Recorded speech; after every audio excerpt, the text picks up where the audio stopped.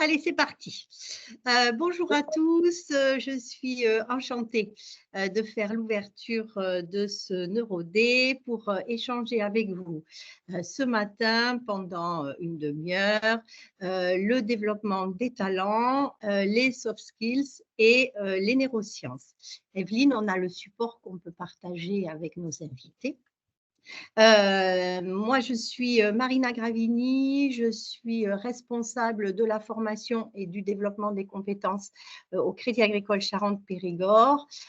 Pour moi, les RH, c'est mon métier. C'est un métier qui me passionne et que je pratique depuis une vingtaine d'années maintenant. Les neurosciences, c'est une découverte très récente, puisque j'ai la chance de suivre un programme de formation avec Zen Mondrop qui utilise les dernières avancées des neurosciences pour booster nos soft skills, nos compétences comportementales. Donc, au programme ce matin, pas de cours de biologie sur les neurones ou les synapses ou des sujets scientifiques, puisque ce n'est pas du tout mon domaine d'expertise. Par contre, je vais prendre le temps de partager avec vous mon expérience et ce que les neurosciences peuvent nous apporter dans le développement de nos compétences. Donc, on va parler progression individuelle, intelligence collective et tout ça, tous ensemble. Donc, mon intervention, je bois un petit peu, je vous expliquerai pourquoi je bois. Lors de mon intervention, il va y avoir trois parties. La première partie, je vous raconterai une petite anecdote lors d'un déjeuner. Lors de mon déjeuner avec mon oncle il y a quelques semaines, ça sera l'occasion de mettre en perspective pourquoi les soft skills sont à l'honneur. Je vous parlerai ensuite de la peur. La peur, ce sera l'occasion de parler de la prise de parole en public, mais aussi d'un certain nombre d'autres compétences comportementales comme la coopération et la créativité et comment finalement les neurosciences peuvent nous donner de la puissance pour augmenter ces compétences. Et en dernier lieu, je vous parlerai d'une championne de concours de mémoire aux États-Unis. C'est très, très répandu, les concours de mémoire, et ça sera l'occasion de partager avec vous comment justement on peut utiliser les apports des neurosciences pour rendre nos formations plus performantes au moment de l'animation, mais aussi après pour passer à la pratique, parce que ça, c'est un vrai, vrai enjeu quand on travaille en formation. Donc, c'est parti, on va commencer par mon dîner avec mon oncle. J'avais déjà en tête qu'il fallait que je prépare cette intervention et du coup, je lui ai demandé pour lui quel était son banquier idéal. Alors, je vais prendre mes notes pour ne pas travestir ses propos. Donc, voilà ce qu'il m'a répondu. Il m'a répondu, mon banquier idéal, c'est quelqu'un qui est toujours disponible, même à minuit, quand je fais mes comptes et qu'une question me traverse l'esprit. Il connaîtrait mes finances mieux que moi-même, anticiperait mes besoins avant même que je les exprime. Il transformerait chaque épargne en un trésor et bien sûr, il aurait un sens de l'humour irréprochable. Et il finit en me disant, mais tu sais, le plus important, c'est qu'il devrait être honnête, transparent. On doit voir à travers sans se poser de questions. Et une dernière chose, il ne devrait jamais, jamais oublier mon anniversaire parce qu'un petit geste vaut mieux qu'un grand discours. Donc, vous voyez à travers cette description un mélange de compétences et de chaleur humaine. Et on voit bien, bon, le technique est présent dans ce qu'il explique, mais au final, on voit bien que cette description fait appel à beaucoup, beaucoup de compétences comportementales, la chaleur humaine, la confiance, la disponibilité, la proactivité et la transparence. Et ça, dans le monde de la banque, on l'a bien compris. Et nous, au Crédit Agricole, au sein du groupe Crédit Agricole, on joue depuis maintenant 3-4 ans un programme de développement des compétences comportementales de l'ensemble des collaborateurs du groupe qui s'appelle le modèle relationnel et voilà, qui nous forme à la chaleur humaine pour avoir et faire vivre des émotions positives à nos clients, pour avoir des marques d'attention auprès des clients. Donc ça, c'est en effet le joyeux anniversaire, pour instaurer une relation de confiance avec ses collègues et aussi entre collègues, avec son client, mais aussi entre collègues, pour être disponible pour son client, pour ses collègues. On a la proactivité dans le sens où je tiens au courant mon client, mon collègue de l'avancée de sa demande et des différentes étapes du traitement de son dossier. Et enfin, la transparence, c'est-à-dire que je donne à mon client, à mon collègue, toutes les informations dont il a besoin pour qu'il puisse prendre sa décision en connaissance de cause. Donc, et ça, c'est l'essentiel, les soft skills, c'est important parce que nos clients appellent de nos voeux ces comportements-là. Les soft skills, c'est aussi important en raison de l'arrivée de l'intelligence artificielle. On vit déjà avec l'intelligence artificielle. Et il y a un article là, récent de la Harvard Business Review de mai 2024 de mémoire qui dit que finalement, on a 3 types d'intelligence qui vont cohabiter, qui vont se combiner même, se mélanger. L'intelligence émotionnelle, l'intelligence artificielle et l'intelligence collective. Et on se rend bien compte qu'avec l'automatisation des tâches qui va grandissant, on pressent bien que c'est bien l'animation des équipes et c'est bien la satisfaction des clients qui devient de plus en plus prégnant. Le leader de demain, ça va être quoi ces enjeux?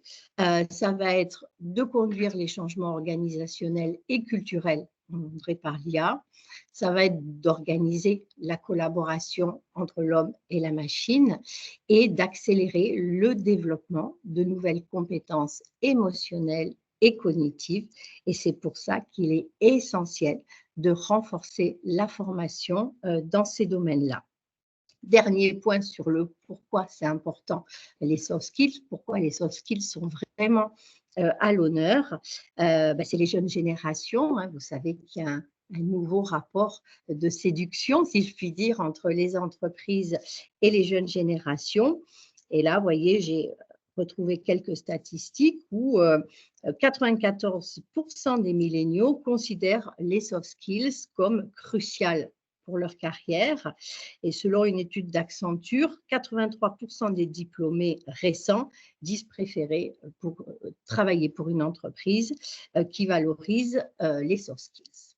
Donc voilà pourquoi les soft skills sont à l'honneur pour nos clients, pour le monde d'aujourd'hui avec l'IA et parce que le rapport entre les jeunes générations et les entreprises évolue et que ces compétences-là sont mises en valeur et sollicitées, plébiscitées par les personnes qui vont être dans le monde du travail demain. Voilà pour ma première partie. Alors du coup, comment on fait pour développer plus efficacement ces compétences-là? Donc là, on va rentrer dans le vif du sujet. Comment on fait pour améliorer notre prise de parole en public? Comment on fait pour améliorer notre communication? Comment on fait en se servant des neurosciences pour faire que plusieurs équipes qui travaillent quotidiennement les unes à côté des autres coopèrent mieux, plus efficacement? Comment on fait pour être plus créatif? Comment on fait pour prendre des décisions plus éclairées? Donc là, on va commencer par une petite anecdote. Ça, c'est une série documentaire que j'ai regardée sur Netflix qui s'appelle Le cerveau en bref et qui décrit cette situation. Donc, imaginez que vous êtes des phacochères et que vous apercevez une lionne. Donc, qu'est-ce qui va se passer dans votre cerveau et dans votre corps au moment où en tant que phacochère, vous apercevez une lionne. Donc là, à ce moment-là, vous avez votre amygdale, qui est la zone du cerveau où il y a toutes les émotions, hein, c'est le centre émotionnel du cerveau. Chez les humains, c'est pareil. Donc, votre amygdale identifie une menace. Ça libère de l'adrénaline. Donc, à ce moment-là, vous avez votre cœur qui s'emballe, vous avez votre respiration qui s'accélère, vos poumons s'élargissent, mes vaisseaux se dilatent. Tout ça pour envoyer de l'oxygène dans mes muscles. Pourquoi? Eh bien, justement, pour fuir, pour sauver ma vie. En même temps, j'ai ma vision périphérique qui se rétrécit pour bien me concentrer sur la lionne. Et dans le même temps, j'ai un certain nombre d'autres systèmes, notamment la digestion. Là, ça s'arrête parce que tout est mis au service de mes jambes pour pouvoir courir. Donc, la digestion s'arrête. C'est ça qui explique qu'on a des problèmes de salivation. On ne salive plus quand on parle en public. Donc, je vais un petit peu boire. Donc, dans cette situation-là, vous avez un fait, une émotion, un comportement. Le fait, c'est je vois la lionne, donc ça c'est le cas de notre phacochère. Un être humain, c'est, si on fait un parallèle, je prends la parole. L'émotion, c'est la peur. Le phacochère, il a peur pour sa vie, puisque la lionne est un prédateur pour lui. L'humain, ça va être la peur du jugement, la peur de l'évaluation. Pour les êtres sociaux que nous sommes, le jugement est très, très important. Et le comportement, ça va être finalement la même chose qui se met en marche, c'est voilà, comment je vais pouvoir fuir cette peur, sauver ma vie en m'échappant le plus vite possible de cette situation. Donc, qu'est-ce qu'on a appris avec Zen Drop pour vivre et gérer cette situation en quelque sorte? C'est justement cette capacité à décrypter ce qui se passe à ce moment-là. Et donc, à ce moment-là, je me dis à moi-même, tout est parfait, mon amygdale fait son job, il fait le job de me protéger de la peur du jugement qui est la mienne. Donc, à partir de là, je vais mettre en mouvement finalement 4 points pour gérer cette situation et la vivre bien. La première, je vais accepter cette émotion en me disant j'ai peur, je ressens de l'anxiété. Partie de là, je sais qu'une émotion, par nature, elle est passagère. Donc, j'ai cette anxiété, pas de souci, Marina, cette anxiété va être passagère. Après, donc ça, c'est la première chose, j'accepte. La deuxième chose, c'est l'évaluation. Je peux très bien évaluer cette peur sur une échelle de 1 à 10. Disons qu'elle est à 6. Ensuite, je vais agir. Troisième chose, je vais agir avec cette peur. Donc là, je vais commencer à parler plus lentement, à respirer et je vais agir avec elle. Et donc, à ce partir de là, quand je fais ça et que je vous parle plus doucement, la peur, l'anxiété s'effacent. Et vous voyez bien que grâce, alors là, je voulais bien, voilà, c'est en 4 points, et ça se passe très rapidement, de prendre conscience de ça. Et donc, pendant cette seconde-là, j'ai réussi à gérer cette émotion, à la dédramatiser en quelque sorte, et à me dire que cette assemblée qui me regarde n'est pas une assemblée composée de lions et que ma vie n'est pas en danger.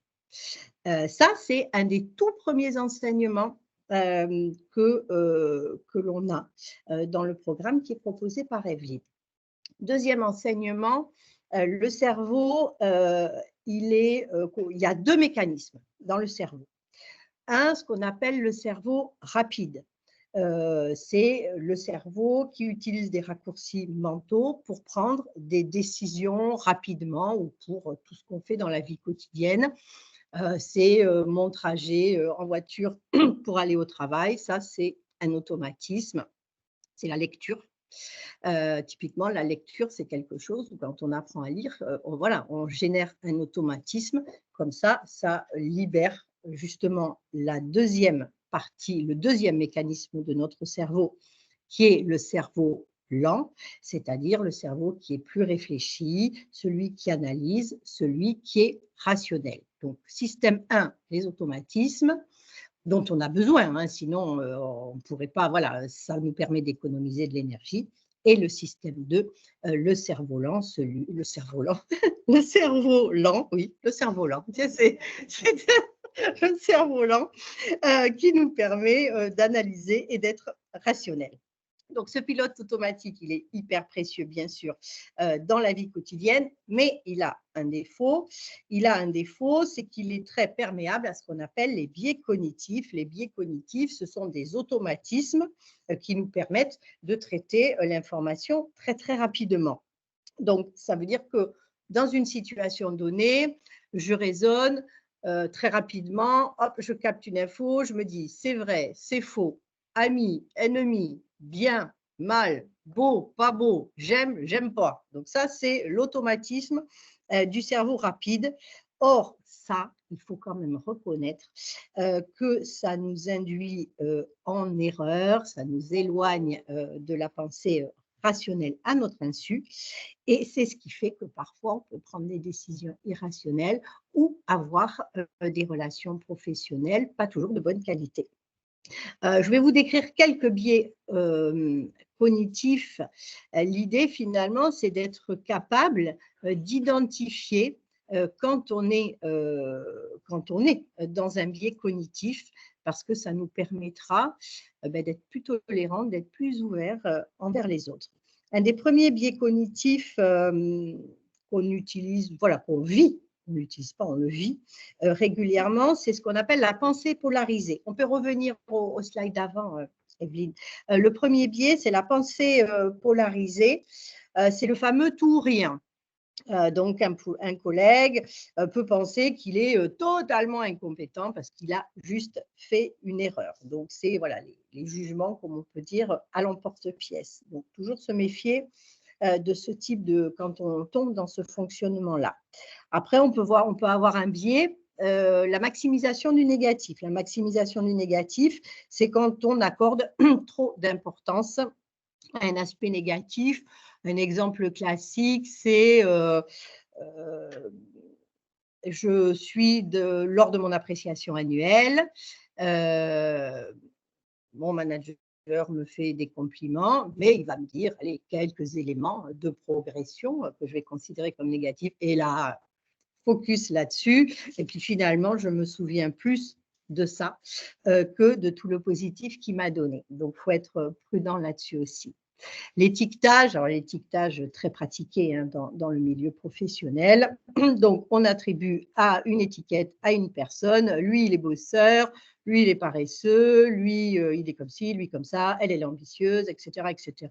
Et une fois que vous êtes dans votre case, bon, c'est difficile d'en sortir. Donc, méfions-nous des étiquettes. Ça aussi, je pense que c'est un grand perturbateur des relations professionnelles. Un autre biais, la victimisation, hein, on en a des victimes aussi, c'est quand on se considère comme victime des circonstances ou des actions des autres. C'est la malchance, c'est la direction, c'est les autres collègues et finalement, je ne suis pas capable de reconnaître ma propre responsabilité personnelle sur une situation qui ne fonctionne pas. Alors, il faut toujours faire attention quand on tombe sur la victimisation parce que c'est vraiment une attitude où on se met en défensif et c'est une attitude qui nous met un peu en incapacité d'apprendre, de grandir, de se remettre en question. Donc, important d'être capable d'identifier quand on se met en situation de victimisation. Il y en a un que j'aime bien aussi, c'est le biais d'expertise. Le biais d'expertise, c'est qu'on va accorder plus d'importance à l'opinion d'une personne qui est considérée comme une autorité dans son domaine, sans finalement tenir compte de la qualité de ses arguments. Moi, dans ma vie professionnelle, j'ai pendant longtemps été juriste. Et parfois, je me rendais compte que je pouvais partager mon expertise sur un sujet donné. Et parfois, il m'arrivait de me tromper. Mais finalement, j'avais l'autorité de compétence, on va dire, sur ces sujets-là. Et finalement, l'énorme bêtise que je disais pouvait très très bien passer parce que finalement, voilà, les gens disaient, ah, Marina, elle s'y connaît en droit, alors que ça pouvait m'arriver de dire de grosses conneries. Donc attention, au biais d'expertise aussi, il faut vraiment regarder la qualité des arguments qui sont développés à l'instant précis. Dernier biais, c'est le slide suivant, s'il te plaît, Evelyne. Le biais de généralisation, hein, donc là on l'utilise beaucoup, hein, c'est le tous pourris en politique, hein, quand on dit ça des politiques, tous pourris. Il faut peut-être rentrer un petit peu plus dans le détail quand même. Là, vous avez à l'écran, je vais vous lire le petit dialogue, je l'avais trouvé sympa pour ce webinaire. Les filles sont méchantes. Pourquoi tu dis ça? Ce matin, il y a Lucie qui a dit que j'étais un canard moisi, un sale canard moisi. Ça veut rien dire. Je sais, mais c'est méchant. Ouais, mais bon, ça veut juste dire que Lucie est méchante, pas les autres filles. Alors du coup, tu peux pas dire ça. Bon, quand est-ce que je pourrais dire que les filles sont méchantes? Eh bien, quand toutes les filles t'auront traité de sale canard moisi. Donc là aussi, attention au biais de généralisation. C'est un automatisme, c'est facile, ça rassure, ça ne demande pas d'énergie, ça ne demande pas de réfléchir. Pour réfléchir, donc ça se passe au niveau du cortex préfrontal, ça demande de l'énergie. Mais je pense que pour prendre des décisions éclairées, que pour coopérer avec nos équipes, ça vaut le coup de réfléchir et de se défaire de ces biais cognitifs. Donc là, tout l'enjeu, c'est d'être capable de les identifier. Donc ça, c'est le deuxième enseignement de Zen Mondrop. Le troisième enseignement, il touche à la créativité. Ça, je trouve ça passionnant. Vous le savez, le cerveau a une préférence naturelle pour la routine, puisque c'est en effet ce qui nous permet de conserver de l'énergie. Et du coup, j'automatise des tâches répétitives et comme ça, je ne dépense pas trop d'énergie. C'est notre cerveau qui aime bien la routine. Or, cette propension à la routine, elle peut nous rendre moins flexibles et moins créatifs qu'on ne le voudrait. Donc, en comprenant cette tendance, on a compris qu'il y a un certain nombre de stratégies qui permettent de stimuler l'innovation. Alors, quelles sont-elles? Il y en a plein. Il y a bien dormir, super important, le sommeil, faire autre chose plutôt que rester focus sur mon sujet. Donc, lâcher prise, marcher, changer d'environnement, aller à la rencontre d'autres personnes. C'est toujours très agréable d'être avec des personnes qui nous sont proches, d'être avec des personnes qui pensent comme nous. Mais quand on veut être plus innovant, plus créatif, c'est bien d'aller voir des personnes très différentes que nous, voire même des personnes avec qui on a quelques réserves relationnelles, parce que finalement, c'est des gens qui peuvent nous ouvrir des perspectives et des idées que l'on n'aurait pas quand on reste qu'avec les gens avec qui on est d'accord avec soi-même. Donc ça, c'est un conseil important. Dans son livre, dans un livre qui s'appelle Neurolearning, qui a été écrit par le docteur Nadia Menjab, elle explique qu'en fait, il y a 3 phases dans la créativité. La première phase, c'est une phase de réflexion. Donc là, je suis bien dans le mécanisme numéro 2 de mon cerveau. La réflexion, je me pose, je réfléchis et pour le coup, j'inhibe complètement le cerveau 1 des automatismes. Celui-là, il n'est pas très intéressant pour la créativité. Donc ça, c'est première phase. Deuxième phase, il faut mettre en place les stratégies que je viens de vous expliquer. Je vais marcher, je change d'environnement, je laisse passer la nuit, comme on dit. Je vais à la rencontre d'autres personnes. Ça, c'est la deuxième phase. Et la troisième phase, je reprends mon cortex préfrontal et je vérifie le caractère opérationnel de mon idée. Donc, c'est un peu contre-intuitif, mais en fait, la créativité, c'est surtout pas le cerveau automatique. C'est vraiment le mécanisme numéro 2, le cerveau lent. Parce que le cerveau automatique, il ne vous fait avoir que des idées très communes, très bateau, si je puis dire. Donc, voilà. les 3 enseignements que je voulais partager avec vous sur comment, grâce aux neurosciences, aux apports des neurosciences, on peut développer ces compétences donc de communication, de coopération, d'esprit critique, hein, pour prendre des décisions éclairées, se débarrasser de ces biais cognitifs et de créativité. En troisième partie, je souhaiterais échanger, vous parler de ce que nous apportent aussi les neurosciences dans la façon dont on anime, la façon dont on fait vivre nos formations. Vous avez déjà certainement entendu parler de neuropédagogie, qui est un domaine qui utilise les neurosciences pour concevoir des programmes de formation plus efficaces et du coup plus alignés sur nos processus cognitifs. Donc là, on va parler d'attention, on va parler d'engagement actif en formation, on va parler du feedback et on va bien sûr parler de la mémoire. Donc, quelques bonnes pratiques pour nos formations qui sont utilisées notamment dans le programme de Zen Mondrop. Premier sujet, c'est l'attention.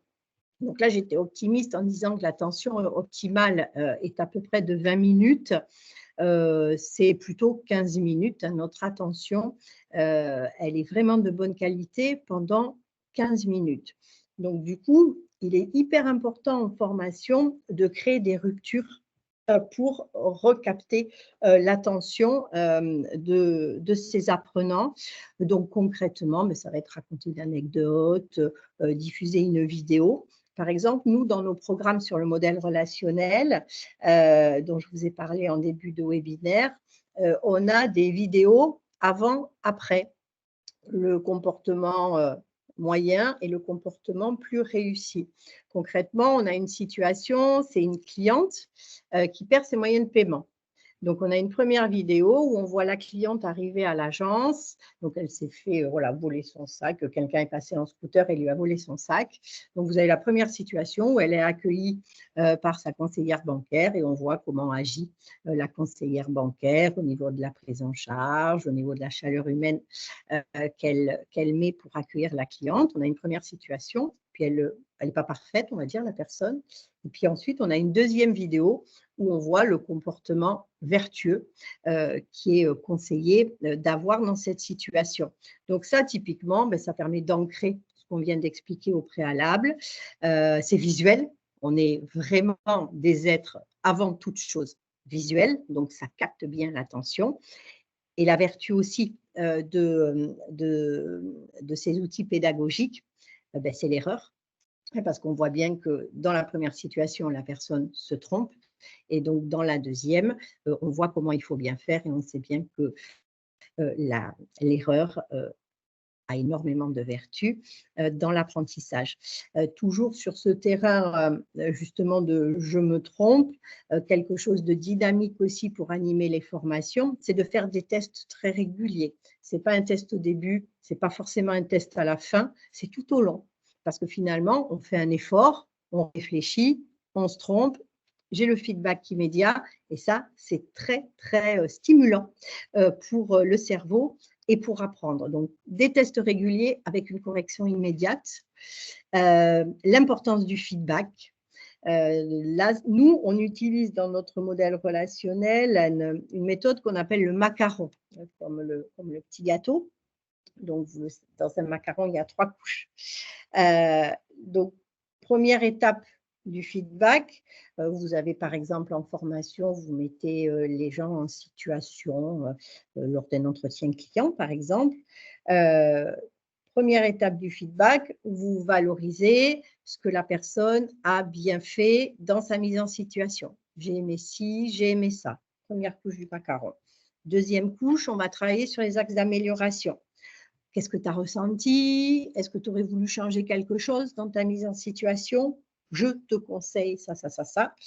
Et troisième, dernière couche de notre macaron, je valorise, je motive.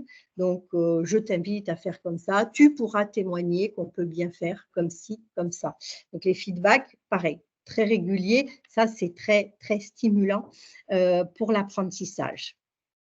Avoir aussi à l'esprit que la mémoire, elle est corrélée aux émotions. Donc, le cerveau va plus facilement s'arrêter sur une situation qui est expliquée sous forme d'histoire, sous forme d'anecdote, qu'une restitution plus académique d'un propos. Ça, c'est la force des émotions. Et on peut justement activer tous les sens. J'associe une image à un mot. Ça aussi, ça renforce le niveau de stimulation du cerveau. Je vous avais dit en introduction que je vous parlerai d'une championne de concours de mémoire. Ça, c'est vraiment, on va voir comment elle fonctionne. C'est une championne de concours de mémoire. Alors, ce n'est pas des gens qui ont des cerveaux plus exceptionnels que les nôtres, hein. Il y a un effet d'entraînement, mais vous allez voir la force des émotions, la force du visuel pour entraîner notre mémoire. Cette personne-là, c'est une Américaine, hein, ça se fait beaucoup aux États-Unis, les concours de mémoire. Elle retient 500 nombres en 10 minutes. Alors, je vais vous dire comment elle fait. La première chose qu'elle fait, c'est qu'elle convertit chaque chiffre en lettres. Donc, du coup, elle n'a plus des chiffres, elle a un texte à lire. Ensuite, elle associe ces mots à des histoires, mais complètement farfelues, des trucs un peu grossiers, voire un peu viscéraux, pour s'en souvenir. Des trucs complètement dingues, hein.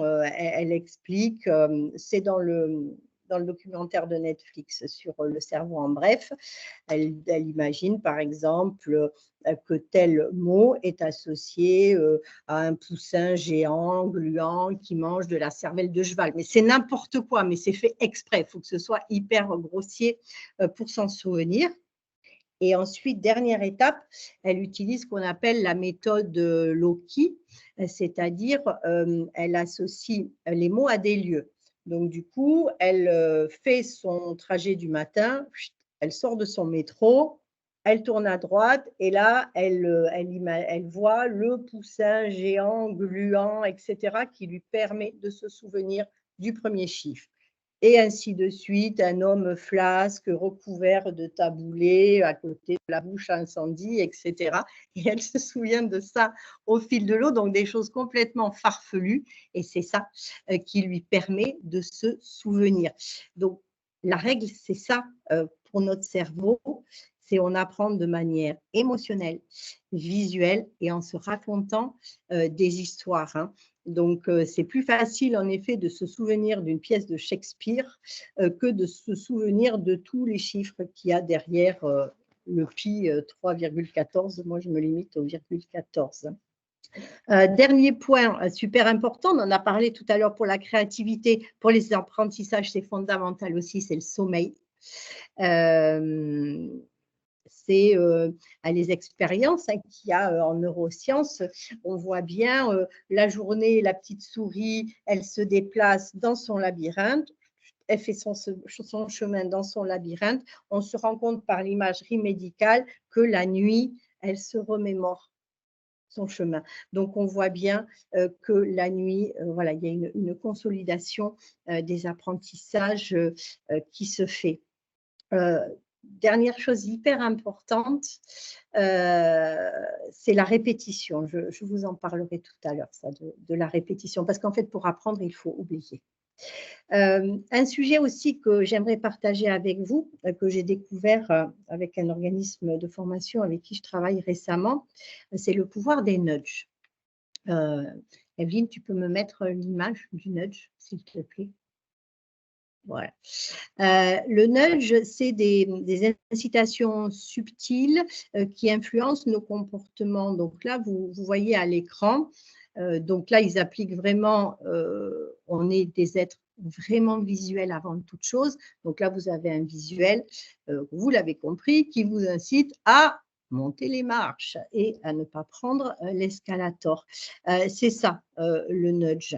Donc moi, en formation, là, j'ai un programme qu'on va mettre en place au sein de la DRH et on va coupler à la traditionnelle au traditionnel temps de formation en présentiel, une application téléphonique. La pratique s'appelle le e-doing. Et cette application téléphonique va envoyer des défis à faire aux personnes, donc pour mettre vraiment en pratique ce qu'elles auront appris. Alors, un exemple concret, hop, l'appli, elle m'envoie un défi sur l'écoute active. Hop, aujourd'hui, Marina, ton défi, c'est de discuter avec, enfin, lors d'un échange avec une personne, tu vas faire l'effort de te taire pendant 5-10 minutes, de ne jamais couper la parole à la personne. Et une fois que la personne aura fini de parler, tu reformuleras, tu restitueras ce que tu as compris qu'elle t'a dit. Et puis, c'est plein de petits défis comme ça qui me font passer à l'acte, hein, parce qu'entre se former et passer à l'acte, on sait bien que c'est un vrai sujet. Et avec, bon, ben, c'est une appli, c'est ludique, j'ai des points, voilà, j'ai des petits signaux hyper ludiques qui me permettent d'avoir ma récompense. Là, je suis contente parce que j'ai réussi à faire mes défis. C'est typiquement les applications aussi de marche, hein, ou qui comptent nos pas, les différents défis qu'on peut faire et qui nous boostent parce qu'on a la récompense qui va bien, parce qu'on réussit à faire plus de pas que prévu. Avec un peu de compétition, ça aide aussi. La répétition, c'est hyper important aussi en formation.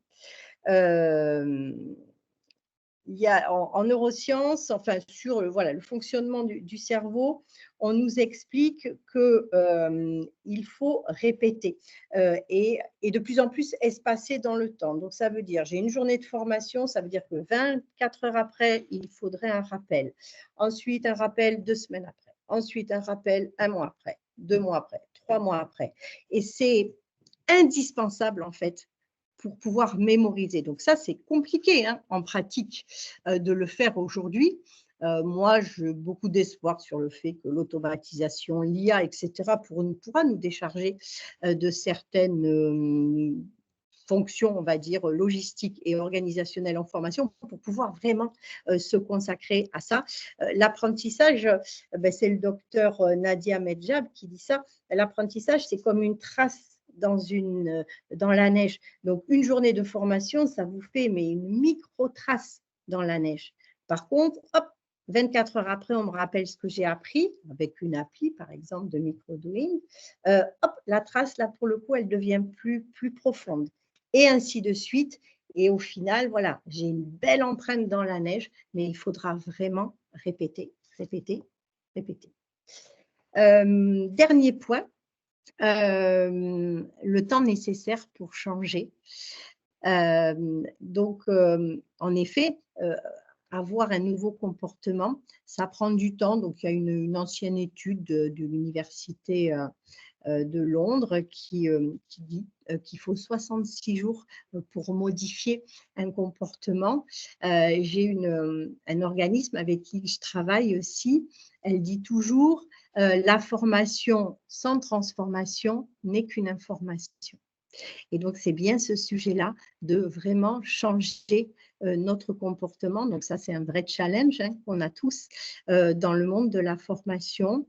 Donc là, sur certains sujets, peut-être qu'en fait, ce n'est pas utile de faire une journée, 2 jours, 3 jours de formation, mais de faire de la micro-formation, comme on fait avec Zen Drop, ou de faire une conférence hyper intéressante, hyper Pepsi, qui va marquer la mémoire des gens. Et puis derrière, vous envoyez une application par téléphone ou sur ordinateur qui vous lance des défis pour ancrer un nouveau comportement. Et ça, il faut le faire dans le temps pour en effet avoir une belle empreinte dans la neige et se souvenir de ce que l'on a appris. Voilà ce que je voulais partager avec vous aujourd'hui. C'est mon expérience.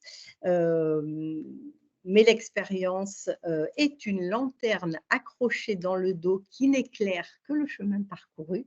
C'est Confucius qui disait ça. Donc, regardons vers l'avenir.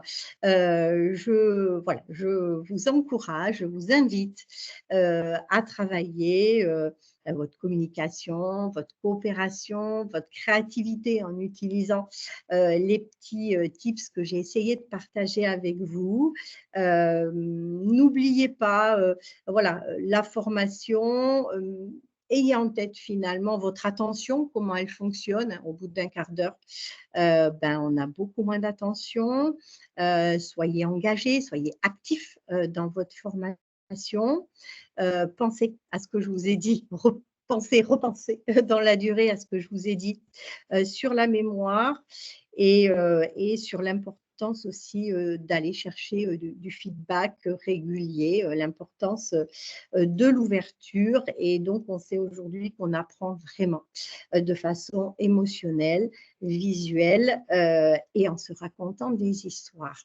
Donc, juste pour finir, vu que le thème d'aujourd'hui, c'était les liens émotionnels, je voudrais remercier mes chers collègues qui sont venus autour de moi dans la salle.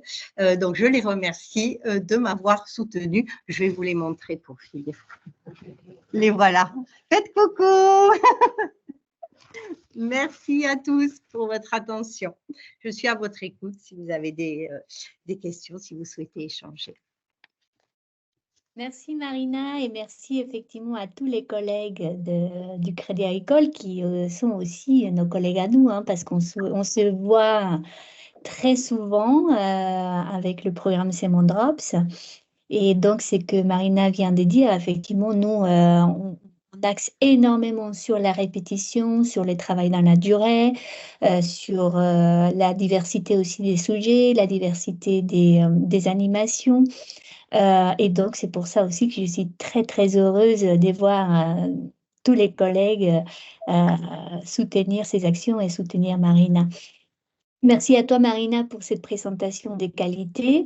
Il nous reste pas beaucoup de temps, mais si vous avez des questions, ça sera avec grand plaisir pour répondre. Donc, vous pouvez... Alors, je vais vous donner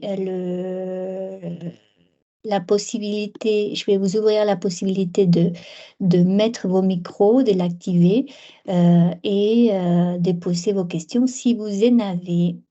Alors, est-ce qu'il y a des commentaires ou des questions, hein? Ça peut être aussi des commentaires. Ça a été très clair. Alors, on a énormément de commentaires. Merci beaucoup.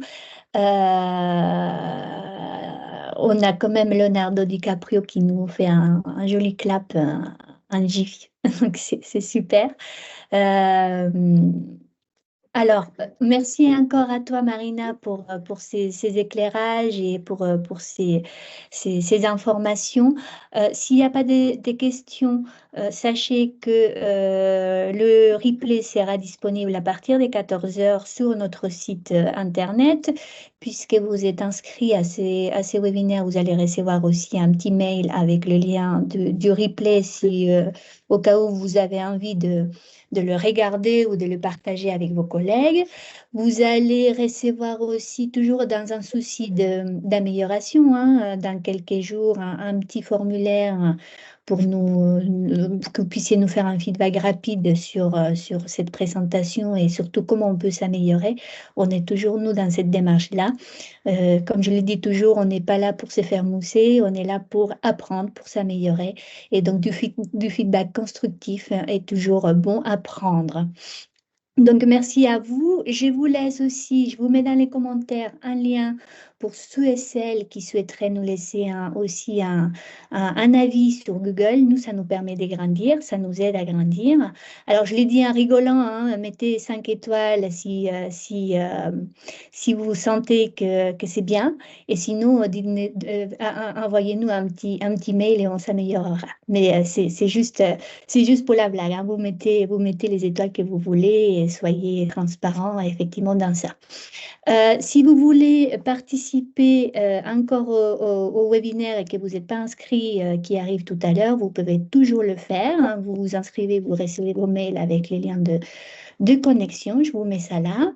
Il y a aussi la possibilité de suivre le live de ce soir, donc avec Camille Lacour, avec Pierre-Marie Liedo, qui est quand même une éminence en neurosciences en Europe, hein. C'est le directeur du département de neurosciences de l'Institut Pasteur, directeur des recherches au CNRS, et puis membre de l'Académie européenne des sciences. Et moi-même, donc, sur effectivement la force des liens émotionnels comme moteur des réussites professionnelles. Et Marina nous a fait aussi l'honneur de faire référence aux émotions. Et c'est pour ça aussi qu'on a choisi cette thématique, parce que c'est important de l'aborder, c'est important de comprendre comment on fonctionne d'un point de vue émotionnel et comment on peut tirer un avantage pour nous grâce à ça. Donc, sentez-vous libre de vous inscrire. Marina, elle rigole parce qu'il y a pas mal de commentaires super sympas. Je vous remercie encore. Je vous dis à très bientôt. Je vous souhaite une très belle journée. Merci encore à toi, Marina, et à toute l'équipe Crédit Agricole, Avec plaisir. Char en Périgord. Et je vous dis à très vite. Belle journée à vous. À bientôt. Merci à tous. Au revoir. Au revoir.